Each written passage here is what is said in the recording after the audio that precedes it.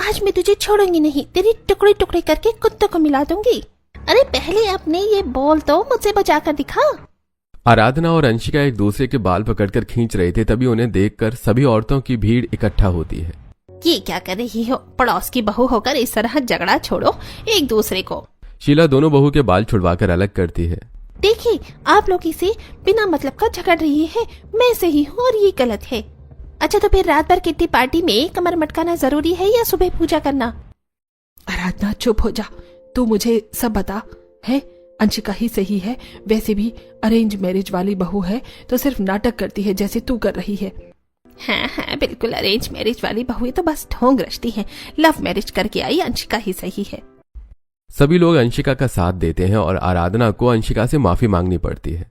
ये क्या लगता है, पड़ोस की सभी औरतें थोड़ी पागल हैं? मैं गलत हूँ, उसके बावजूद ये साथ मेरा ही दे रही है ना जाने क्यों। खैर मुझे क्या है। हाँ हाँ ठीक है। अंशिका आराधना को माफ कर देती है और सभी औरतें अपने घर चली जाती हैं। वहीं कविता, अरे यहाँ झगड़ा क्यों हो रहा था, मैं तो देख ही नहीं पाई। खैर पहले सब्जी ले आती हूँ। ये सोचकर कविता सब्जी मार्केट सब्जी लेने के लिए जाती है, जहाँ वो शीला और मीना से मिलती है। यहाँ किस बात का झगड़ा हो रहा था? वही लव मैरिज और अरेंज मैरिज वाली बहू को लेकर। और फिर तू तो जानती है कि अरेंज मैरिज वाली बहू ने क्या किया था अपनी सास के साथ, इसलिए हमने लव मैरिज वाली बहू का साथ दिया। हाँ लेकिन फर्क संस्कार से पड़ता है, कैसे शादी हुई इससे नहीं। मत मान हमारी बात, लेकिन देखना सच्चाई एक दिन तेरे सामने जरूर आएगी। इतना कहकर शीला और मीना वहां से चली जाती हैं और कविता भी घर आ जाती है। इस तरह पूरा दिन बीतता है। फिर शाम को, क्या हुआ, क्या सोच रही हो? सौरभ की उम्र हो गई है, अब शादी के बारे में सोचना चाहिए। तो कोई लड़की देख लेते हैं, पंडित जी को बुलवाऊं क्या? पागल हो गए हो क्या? सोसाइटी में जो हुआ था उसके बाद भी पंडित से लड़की ढूंढवाओगे? तभी सौरभ हॉल में आता है। माँ, आपको मेरे लिए लड़की ढूंढने की जरूरत नहीं है। क्या मतलब भैया? माँ, मैं एक लड़की से प्यार करता हूँ और उसी से शादी करना चाहता हूँ। यह सुनते ही शीतल खुशी में खड़ी हो जाती है। अरे वाह, मैं तो यही चाहती थी। वैसे भी किसी भी लड़की को एक दिन देखकर उसे अपने घर की बहू नहीं बना सकते। और फिर तू तो जानता होगा अपनी गर्लफ्रेंड को सालों से, और मुझे तेरी पसंद पर पूरा भरोसा है। लगता है मम्मी तो मान गई। फिर बताइए भैया, कब मिला रहे हैं आप भाभी से? अरे सच में मान गई? मुझे तो विश्वास नहीं हो रहा है। मैं कल ही एक रेस्टोरेंट में मिलवा देता हूँ। ठीक है, कल ही मिल लेते हैं। अभी चलो सब खाना खा लो। फिर शीतल की बात सुनकर सभी लोग खाना खाते हैं और अपने अपने कमरे में जाकर सो जाते हैं। फिर अगली सुबह, अरे भैया बस भी कीजिए, बारात लेकर नहीं जा रहे हैं, सिर्फ लड़की देखने जा रहे हैं। हाँ हाँ बाबा, चल रहा हूँ। सभी लोग तैयार होकर सौरभ की पसंद को देखने रेस्टोरेंट पहुंचते हैं। अरे आ गए आप लोग, हम तब से आपका ही इंतजार कर रहे थे। हाँ वो बस थोड़ी सी देर हो गई। और बताइए बाकी सब, शनाया कैसी है? सभी बैठते हैं और दोनों परिवारों के बीच बातचीत शुरू होती। फिर कुछ देर के बाद, जब दोनों एक दूसरे को पसंद करते हैं तो हम कौन होते हैं बोलने वाले? हमारी तरफ से भी रिश्ता तय है। हाँ, हमारी तरफ से भी रिश्ता मंजूर है। सभी के चेहरे पर खुशी आ जाती है। भैया की गर्लफ्रेंड अब हमारी भाभी बनेंगी, इस खुशी में मिठाई हो जाए। इतना कहकर वैभव वेटर से मिठाई मंगवाता है। सभी मिठाई खाते हैं और खुशहाली भरा माहौल हो जाता है। वहीं दूसरी तरफ, अरे सब लोग जल्दी जल्दी चलो, कहीं देर ना हो जाए। हाँ हाँ चलिए, मैं तैयार ही हूँ। तभी सीमा पास आती है। अरे कविता जी, इतनी जल्दी में कहाँ जा रही हो? बड़े बेटे नीरज का रिश्ता देखने जा रही हूँ। क्या अरेंज मैरिज करवा रही हैं? आपकी आंखों के सामने अश्विनी जी के साथ इतना सब कुछ हो गए और आप फिर वही गलती करने जा रही हैं। ऐसी कोई बात नहीं है, सब कुछ बहुओं के संस्कार पर निर्भर करता है। लव और अरेंज में फर्क नहीं पड़ता। इतना कहकर कविता कार में बैठती है और अपने पूरे परिवार के साथ नीरज का रिश्ता लेकर निहारिका के घर पहुंचती है। अरे भैया आ गए आप लोग। बैठिए बैठिए। श्यामलाल सभी को सोफे पर बिठाता है और निहारिका हाथ में चाय का ट्रे लेकर आती है। नमस्ते, ये लीजिए, आप सब चाय पी लीजिए। निहारिका सबको चाय देती है और फिर जैसे ही सब्जी चाय पीते हैं, चाय बहुत अच्छी बनाई है। अरे स्वाद में बहुत अपनापन है। एक बात है निहारिका, चाय बहुत अच्छी बनाती है। शादी के बाद में ये चाय जरूर मिस करूंगा। देखिए, निहारिका हमें बहुत पसंद आई। संस्कार और हाथ के स्वाद से साफ पता चल रहा है कि निहारिका हमारे घर की बहू बनने के लायक है। हमें भी नीरज हमारी बेटी के लिए बिल्कुल परफेक्ट लगा। आप लोगों को इतना अच्छा घर खानदान है, ऊपर से इतना बड़ा बिजनेस भी, हमारी बेटी वहाँ खुश रहेगी। तो फिर ये रिश्ता पक्का समझिए। फिर इस तरह दोनों परिवारों के बीच आपसी सहमति से रिश्ता तय होता है। सभी लोग खुशी से शादी की तारीख की बात करते हैं और कुछ देर बाद अपने घर लौट जाते हैं। फिर एक दिन, देखिए मुझे तो सही नहीं लग रहा कि आप इस तरह अपने बेटे की शादी करवा रही हैं। वही तो, आपको पता ही है अश्विनी जी अपनी पसंद की बहू लेकर आई थी और फिर उसके साथ क्या हुआ। हमारी मानिए तो ये पंडित वंडित का चक्कर छोड़िए और अपने बेटे को बोलिए कोई अच्छी सी लड़की देखकर शादी कर ले। देखिए अब रिश्ता तो तय हो चुका है, मैं कुछ नहीं कर सकती, बाकी ऊपर वाले की जैसी मर्जी हो। सभी औरतें आपस में बातें कर रही थी कि तभी ये सारी चीज दूर खड़ी कौशल्या और श्यामलाल सुन लेते हैं। अरे ये क्या, हमारी बेटी के होने वाले ससुराल के आस पड़ोस में तो उल्टी गंगा बह रही है। अरे वही तो, हर जगह लव मैरिज वाली बहू की बुराई और अरेंज मैरिज वाली बहू की अच्छाई सुनी थी, लेकिन यहाँ पर तो कुछ अलग ही सुनने को मिल रहा है। क्या हुआ, यहाँ से गुजरते वक्त रुक कर उनकी बातें सुन ली। हमारी बेटी भी यहाँ शादी करके आने वाली है, कहीं कुछ गड़बड़ तो। अरे नहीं नहीं, आप तुम ज्यादा सोच रही हो। वैसे भी तुम्हें अपनी परवरिश पर तो पूरा भरोसा है ना, तो फिर चिंता किस बात की है। श्यामलाल की बात सुनकर कौशल्या रिटर्न अपने घर चली जाती है। अब इसी तरह दिन बीतते हैं और धूमधाम के साथ लव मैरिज वाली और अरेंज मैरिज वाली दोनों बहुओं की शादी कर पड़ोस में आ जाती हैं। और फिर गृह प्रवेश के वक्त, बहू दाहिने पैर से कलश गिराकर अपने शुभ कदम घर में रखो। निहारिका दाहिने पैर से कलश गिराकर अंदर आती है। भाभी आप बहुत सुंदर लग रही हैं, ये जोड़ा तो आप पर खिल रहा है। अरे खिलेगा ही जोड़ा, महंगा जो है, वरना ये कहाँ जाने महंगा सस्ता।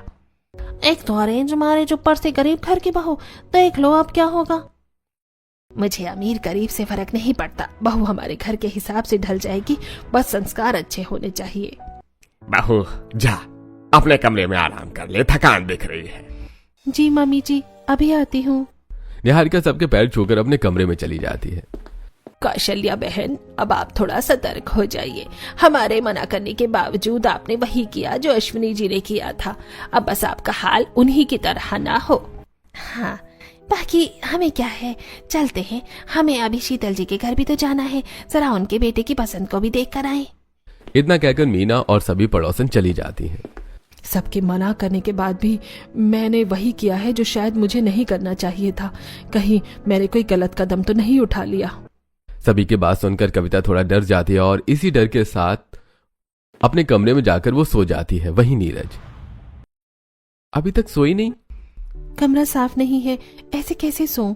माँ ने सिखाया है पहले सफाई जरूरी है।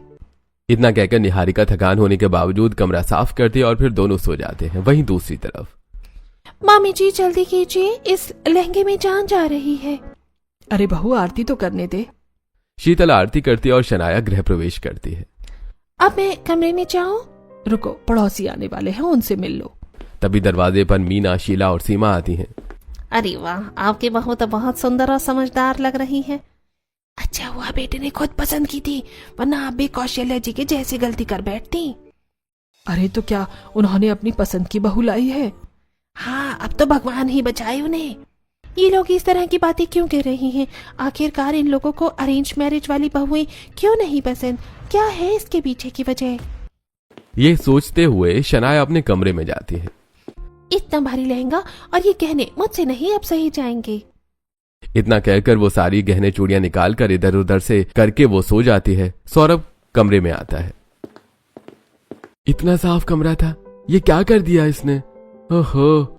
फिर सौरभ सब साफ करता है और थक कर सो जाता है। फिर अगली सुबह 6 बजे दूसरी तरफ, ओम जय जगदीश हरे, स्वामी जय जगदीश हरे, भक्त जनों के संकट, दास जनों के संकट क्षण में दूर करे। ओम जय जगदीश हरे, ओम जय जगदीश हरे। निहारिका इस तरह अपनी पूजा पूरी करती है। चलो पूजा तो हो गई, अब शंख बजा लेती हूँ। निहारिका जैसे शंख को उठाकर शंख बजाती है, शंख की आवाज पूरे घर में गूंज पड़ती है, जिससे अरे इतनी सुबह शंख की आवाज कहाँ से आ रही है? आयुष कमरे में उठता है। अरे अभी तो मैं सोया था पार्टी करके, ये कौन उठ गया सुबह सुबह? सभी लोग मंदिर की तरफ आते हैं। वहीं हॉल में श्रेया पार्टी के कपड़ों में। अरे भाभी, आप अब तक सोई नहीं क्या? मैं तो सोकर उठ भी गई, जैसे आप पूरी रात कहाँ थी? वो दरअसल। तभी वहां पूरा परिवार इकट्ठा होता है। अरे ये क्या, बहुत जल्दी इतनी उठ गई? ये मेरी आदत है, और फिर दिन की शुरुआत पूजा से ही करनी चाहिए। ये लीजिए प्रसाद। अरे अभी तो किसी ने ब्रश भी नहीं किया, प्रसाद बाद में खाएंगे। ठीक है मम्मी जी, मैं पहली रसोई बनाती हूँ। भाभी मेरे लिए पाव भाजी बनाइएगा। मेरे लिए पनीर की सब्जी। मेरे लिए हल्का खाना और मीठे में खीर। ठीक है, मैं सबकी पसंद का खाना बनाऊंगी। निहारिका किचन में जाती है और किचन को प्रणाम करके खाना बनाने लगती है। दूसरी तरफ शनाया को उसकी सास जगाती है। सॉरी मम्मी जी, मुझसे गलती हो गई। कोई बात नहीं, पहला दिन है इसलिए माफ कर रही हूँ। इतना कहकर शीतल चली जाती है। बिना बात सुबह सुबह उठा दिया, अभी तो मासूम बनना पड़ा। बाद में बताऊंगी इस बुढ़िया को। फिर शनाया तैयार होकर अपनी पहली रसोई की रस्म में पूरी करने किचन में पहुंचती है। तभी भाभी मेरे लिए मैगी बना दीजिए। ठीक है ननन जी, बना दूंगी। फिर करीना वहां से चली जाती है। पड़ी आई, मेरे लिए भी बना दीजिए।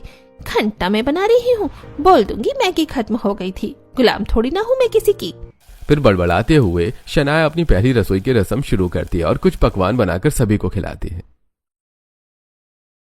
अरे वाह बहू, तूने तो पहली रसोई में ही दिल खुश कर दिया। हमें तो उम्मीद नहीं थी कि बाहर नौकरी करने वाली घर पर भी इतना अच्छा खाना बना सकती है। खाना बहुत टेस्टी है भाभी। ये ले बहू, तेरी पहली रसोई का गिफ्ट। शनाया गिफ्ट लेकर कमरे में आ जाती है और आईने के सामने खड़ी होती है। मुझे भी उम्मीद नहीं थी कि मैं इतना अच्छा खाना बना लूंगी। वैसे खाना तो मैंने बनाया ही नहीं था, वो तो बाहर से मंगवाया था। वहीं दूसरी तरफ अरेंज मैरिज वाली बहू भी सभी को तरह तरह के पकवान बनाकर खिलाती है। भाभी, आप पिछले जन्म में शेफ थी क्या? नहीं, ऐसा कुछ भी नहीं है, बस कभी कभी अच्छा बन जाता है। बहू खाना बहुत अच्छा है, ये ले तेरी पहली रसोई का गिफ्ट। बहू ने सच में दिल जीत लिया। शायद मैं गलत सोच रही थी। निहारिका वैसी नहीं है जैसे अश्विनी जी की बहू थी। अब इस तरह दोनों बहू की अलग अलग पहली रसोई की रस्म पूरी होती है। फिर दोपहर में। मम्मी जी, आप कहाँ जा रही हैं? मैं छत पर कपड़े उतारने जा रही हूँ। मेरे होते हुए आपको जाने की जरूरत नहीं है, मैं ले आती हूँ। फिर निहारिका छत पर चली जाती है। बहू ने मुझे छत पर जाने से क्यों रोक दिया? शायद मैं ज्यादा सोच रही हूँ। फिर कविता अपने कमरे में चली जाती है। वहीं छत पर मेरे होते हुए मम्मी जी छत पर जाकर कपड़े उतारे, ये शोभा थोड़ी ना देता है। यह सोचकर निहारिका सारे कपड़े उतारती है और फिर वहीं दूसरी तरफ। मम्मी जी, आप दिन भर कमरे में क्यों बैठी रहती हैं? छत पर जाइए, खुली हवा खाइए। बहू पैर दर्द कर रहे हैं, तू ही कपड़े उतार ला, मुझे नहीं घूमना। क्या इस बुढ़िया की वजह से मैं जाऊं? मम्मी जी, आपके भले ही के लिए ही कह रही हूँ, आप छत पर जाइए, पड़ोसियों से बात कीजिए। तो सही कह रही है, मैं जाती हूँ। शीतल छत पर जाती है और कपड़े लेकर आती है। फिर शाम को निहारिका और कविता बाहर जाने लगते हैं। मम्मी चलो आज शॉपिंग करते हैं। हाँ, बहुत दिन हो गए हैं। तभी निहारिका सामने आ जाती है। इतनी रात को बाहर जाने की जरूरत नहीं है, अंदर आइए। मैं क्यों सुनूं? मैं जा रही हूँ। तभी वीरेंद्र आता है। तुम्हें एक बार में समझ नहीं आया बहू? सही कह रही है, इतनी रात को बाहर जाना ठीक नहीं, कल चले जाना। वीरेंद्र की बात सुनकर कविता अंदर चली जाती है। आज तक वीरेंद्र जी ने मुझे इस तरह से बात नहीं की है। आज इसकी वजह से उन्होंने मुझे ऐसा कहा, छोड़ूंगी नहीं। दूसरी तरफ शीतल बालकनी में बैठी है। शनाया आती है। मम्मी जी बाहर जाइए, जिंदगी एंजॉय कीजिए। पैर दर्द है, नहीं जाऊंगी। मैं बाकी बहुओं जैसी नहीं हूँ, आप खुल कर जिए। ठीक है, मैं बाहर जाती हूँ। शीतल घर से बाहर जाती है। अब मजा आएगा, घर में पार्टी करूंगी। फिर अपने कपड़े बदलती और पार्टी करती है। और इसी तरह कुछ दिन भी बीत जाते हैं। और फिर एक दिन पड़ोस की सभी औरतें वापस में मिलती हैं। अरे जब से कौशल्या की बहू आई है, कौशल्या तो घर से बाहर निकलना ही छोड़ दी है। हाँ, मैंने भी उसे छत पर ही देखा है, बाहर तो दिखती ही नहीं। तभी कविता वहां से गुजरती है। सभी उसे देखकर चौंक जाते हैं। अरे कविता जी, आप इतने दिनों से घर से बाहर क्यों नहीं निकली? क्या बताऊं, मेरी बहू मुझे बाहर निकलने ही नहीं देती। आज वो सब्जी लेने गई है, तभी मैं निकल पाई। यह सुनकर सभी पड़ोसने एक दूसरे को देखकर मुस्कुराती हैं। देखा, मैंने पहले ही कहा था, अरेंज मैरिज वाली बहू ऐसी ही होती है। अभी तो घर में रोक रही हैं, धीरे धीरे 4 दीवारों में बंद कर देंगी। कहीं ऐसा ना हो कि एक दिन घर से ही निकाल दे। कविता चुप हो जाती है और सोच में पड़ जाती है। क्या सच में बहू मेरी केयर नहीं बल्कि कोई साजिश कर रही है? कविता परेशान होकर अपने घर की तरफ लौट जाती है। फिर अगली सुबह। मम्मी जी, आप चप्पल पहनकर मंदिर जा रही हैं? हाँ बहू, मंदिर ही तो जा रही हूँ। चप्पल चमड़े की होती है, ऐसे मंदिर नहीं जाते। चलिए मैं भी चलती हूँ, हम दोनों नंगे पैर जाएंगे। और फिर अगर पैर दर्द करेगा आपका तो वो मैं दबा दूंगी। नंगे पैर? अगर कांटा चुभ गया तो? बालकनी से वीरेंद्र देखता है। अरे कांटे को कांटा नहीं चुभता, तुम बिना चप्पल के जा सकती हो। अब ज्यादा मत बोलो। ओहो, आप दोनों क्यों लड़ रहे हैं? चलिए मंदिर चलते हैं। निहारिका कविता को लेकर मंदिर चली जाती है। दूसरी तरफ शीतल खिड़की से बाहर देख रही है। शनाया पास आती है। मामी जी मंदिर जाएंगे लेकिन कार से क्यों पैरों को थकाना? हाँ बहू सही कह रही है। दोनों कार में बैठकर निकल जाती हैं। पड़ोसने सब देख रही हैं। देखो ऑरेंज वाली पैदल ले गई, पेट्रोल बचा रही है। लव वाली बहू देखो कार में ले जा रही है, यही सही है। वहीं दूसरी तरफ कविता और निहारिका कुछ दिन में पूजा करके रिटर्न घर लौटने लगती हैं। तभी कार में बैठी शीतल। अभी भी नंगे पैर घूम रही हो? मेरी बहू तो मुझे कार में घुमा रही है। आओ तुम्हें भी लिफ्ट दे दूं। मुझे इसकी कोई जरूरत नहीं है। इतना कहकर कविता आगे बढ़ जाती है। फिर रात को। बहुत दिन हो गए, आज बाहर से खाना ऑर्डर कर लेते हैं। हाँ, आज बाहर का ही खा लेते हैं। मम्मी जी, बाहर का तला हुआ खाना सेहत के लिए अच्छा नहीं होता, मैं घर में ही बना देती हूँ। अभी आई है और रोक टोक शुरू कर दी। आज मैं बाहर का ही खाऊंगी। नीरज खाना ऑर्डर कर देता है। सभी लोग खाना खाने लगते हैं। तभी निहारिका किचन से खाना लेकर आती है। मम्मी जी, मैंने आपके लिए हेल्दी खाना बनाया है। ये क्या साग बना दिया, मुझे नहीं खाना ये। कविता प्लेट उठाती है। निहारिका रोक लेती है। मम्मी जी, ये सब आपके लिए अनहेल्दी है, मत खाइए। ये क्या तरीका है? मेरी माँ के हाथ से खाना छीन रही हो। नहीं, मेरा वो मतलब नहीं था, मैं तो बस। बहू मैं समझ रहा हूँ, लेकिन ये डाइट वगैरह समझदार लड़कियों के लिए होती है, हर किसी के लिए नहीं। हाँ भाभी, आप ही खा लो ये हेल्दी खाना। निहारिका चुप हो जाती है। सभी बाहर का खाना खाते हैं। फिर रात को दूसरी तरफ। मम्मी जी, साड़ी में अनकंफर्टेबल रहती हैं, कल उनके लिए सूती साड़ी लाऊंगी। ये सोचकर अगली सुबह निहारिका सूती साड़ी खरीदती है और कविता के पास आती है। मम्मी जी ये लीजिए, आज से आप ये साड़ी पहनिएगा, आपको आराम रहेगा। अच्छा। निहारिका चली जाती है। कविता साड़ी पहनकर आईने में खुद को देखती है। हे भगवान, ये बहू जब से आई है मेरा रहना सहना सब बदल रही है। सही कहते थे सब, मुझे कंट्रोल करना चाहती है। तभी कविता बालकनी में आती है और सामने देखती है। शीतल के कमर में देखती है।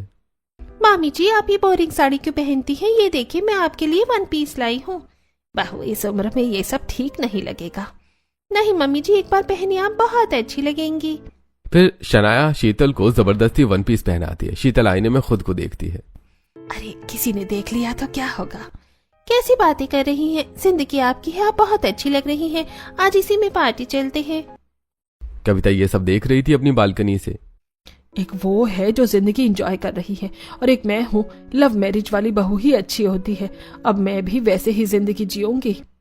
अब धीरे धीरे कविता सामने की पड़ोसन शीतल को देखकर उसके बहू की तारीफ करने लगती है।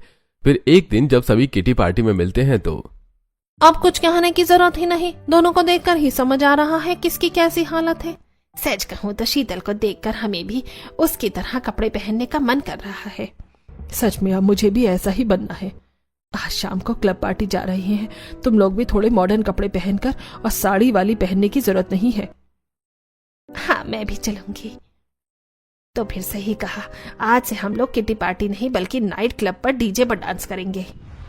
सभी औरतें हाथ मिलाती हैं और अपने अपने घर लौट जाती हैं। फिर रात को जब कविता तैयार होकर घर से बाहर निकल रही थी। ये क्या पहन लिया बुढ़ापे में? ये सब ठीक नहीं है, जाओ बदलो। मैं नहीं बदलने वाली, सब जा रही हैं, मैं भी जाऊंगी। मम्मी जी, आप इन कपड़ों में कहाँ जा रही हैं? आपका दिमाग तो ठीक है ना? मैं इसका जवाब तुम्हें देना जरूरी नहीं समझती। इतना कहकर कविता घर से बाहर निकलती है। दूसरी तरफ बहू तेरी वजह से आज बहुत मजा आया। तभी सौरभ शीतल को देखता है। माँ, आपने इस उम्र में क्या पहन लिया है? आपका दिमाग तो ठीक है। क्यों, क्या हो गया सौरभ? अच्छी नहीं लग रही क्या? बहू ने कहा था ऐसे कपड़े पहनने को। यह सुनकर सौरभ गुस्से से लाल हो जाता है और शनाया को पकड़कर कमरे में ले जाता है। ये क्या कर रही हो? माँ को ये कैसे कपड़े पहना रही हो? मैंने कुछ गलत नहीं किया, बस सबको अपनी जिंदगी जीना सिखा रही हूँ। तुम पागल हो गई हो क्या? मुझ पर मत चिल्लाओ, अगर दिक्कत है तो अपनी माँ को संभालो, मैं पार्टी में जा रही हूँ। फिर शनाया शीतल और मोहल्ले की औरतों को लेकर क्लब पार्टी के लिए निकल जाती है। कुछ देर में सभी क्लब पहुंचती हैं और डांस करना शुरू कर देती हैं। अरे बहू, कितना मजा आ रहा है, तेरी वजह से जिंदगी एंजॉय कर रहे हैं। हाँ हाँ, और नाचो और एंजॉय करो। देखो देखो ये लोग कैसे नाच रही हैं, कितनी अजीब लग रही हैं। आज तो मजा ही आ गया। शनाया मन में हंसती है। लग रहा है जैसे आलू के बोरे नाच रहे हैं, कितनी फनी लग रही हैं ये सारी बुढ़िया। दूसरी तरफ घर में निहारिका कमरे में बैठी है। हे भगवान, ये सब क्या हो रहा है? मम्मी जी की तबीयत भी खराब है और वो रात में बाहर गई है, मुझे ही कुछ करना पड़ेगा। ये सोचते सोचते निहारिका सो जाती है और फिर अगली सुबह मुझे पीना है, मुझे पीने दो। वीरेंद्र गुस्से में आता है। ये क्या हालत बना ली है, शर्म नहीं आती? बहू क्या सीखेगी? मेरी बहू तो बोरिंग है, मुझे तो मजा आया। तू भी बगल की पड़ोसन से कुछ सीख ले बहू। कविता अपने कमरे में चली जाती है। बहू अब तो ही इसे संभाल, पड़ोस की बहू ने तो बिगाड़ ही दिया है। इस तरह मैं अपने घर को बिगड़ा हुआ नहीं देख सकती। एक काम करती हूँ, मंदिर होकर आती हूँ। ये सोचकर निहारिका मंदिर जाती है, जहाँ उसकी नजर सीढ़ियों पर बैठी एक बूढ़ी औरत पर पड़ती है। दादी माँ, आप इस तरह क्यों बैठी हैं? मैं लाठी के सहारे आई थी, लाठी खो गई, अब घर कैसे जाऊं? आप चिंता मत कीजिए, मैं आपका सहारा बनकर आपको घर तक छोड़ देती हूँ। इतना कहकर निहारिका प्रभावती देवी को सहारा देकर उनके घर तक छोड़ती है। खुश रहो बेटी, तुम्हारे जैसे संस्कार आजकल किसी में नहीं है, और कोई तो होता है जो मजाक बनाकर चला जाता है। ये तो मेरा फर्ज है, बड़ों की मदद करनी चाहिए। काश मेरी बहू में भी ऐसे ही संस्कार होते, वो तो पड़ोस की शनाया की संगत में बिगड़ गई है। दादी माँ, मैं कोशिश करूंगी सब ठीक करने की। निहारिका आगे बढ़ती है और बाजार में एक और बुजुर्ग महिला को सब्जियों के साथ खड़ा देखती है। दादी माँ, मैं आपकी मदद कर दूं? तू कौन है? कहीं वही लव मैरिज वाली बहू तो नहीं? नहीं, मैं अरेंज मैरिज करके आई हूँ, और वैसे भी लव या अरेंज, इससे क्या फर्क पड़ता है? फिर निहारिका उनका सामान उठाकर उनके घर तक छोड़ती है। खुश रहो और अपनी समझदारी से इस सोसाइटी की समस्या को संभालो।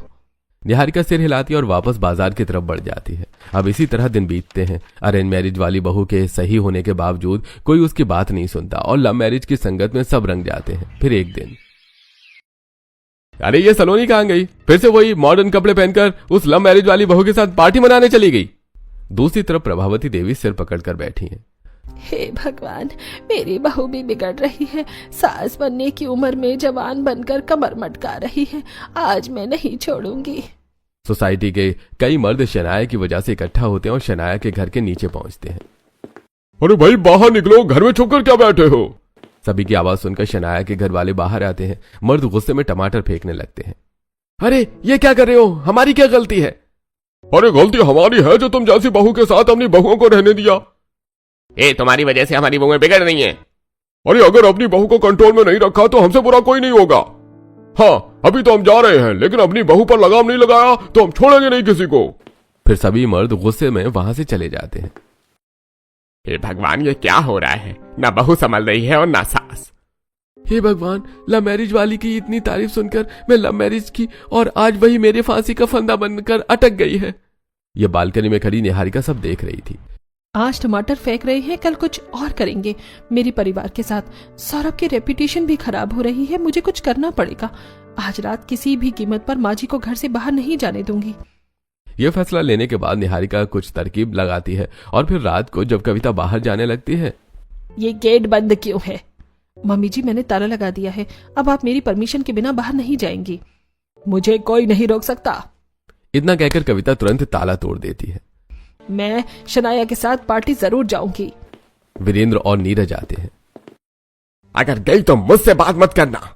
माँ, आपकी ये सब हरकतें देखकर तो मुझे अब आपके माँ कहने का भी मन नहीं करता। मुझे सब पता है, इस गवाह ने ही तुझे मेरे खिलाफ भड़काया होगा। देख बहू, अभी भी वक्त है, मेरे साथ पार्टी करने चल। छोड़ दिए ये रीति रिवाज संस्कार, आजकल की बहू बन, आजकल की। मुझे पार्टी का शौक नहीं और होश में रहकर ही जीना सही है। तभी मोहल्ले की औरतें आती हैं। देख लिया, मैंने कहा था ना, इसकी बहू ने ही रोक लिया। चल कविता, हमारे साथ चल। अगर आज तुमने घर की दहलीज पार की तो आइंदा लौट कर मत आना। मैं जरूर जाऊंगी, जितना हम तुम्हारा है इस घर में उतना ही मेरा भी। मम्मी जी, आपकी उम्र में ये सब सही नहीं, सेहत खराब होगी। कोई नहीं सुनने वाला तुम्हारी, वो सबको सिर्फ मुझ पर विश्वास है। क्यों नहीं सुनेगा कोई? क्योंकि तू अरेंज मैरिज से आई है और यहाँ सब लव मैरिज को सपोर्ट करते हैं ना जाने क्यों। वैसे आखिरी मौका है, चल चल मेरे साथ। मुझे कोई शौक नहीं है खुद की इज्जत को खुद ही नीलाम करने का। निहारिका की बात सुनकर शनाया चिढ़कर सभी के साथ वहां से चली जाती है और क्लब पहुंचकर सभी पार्टी करना शुरू करते हैं।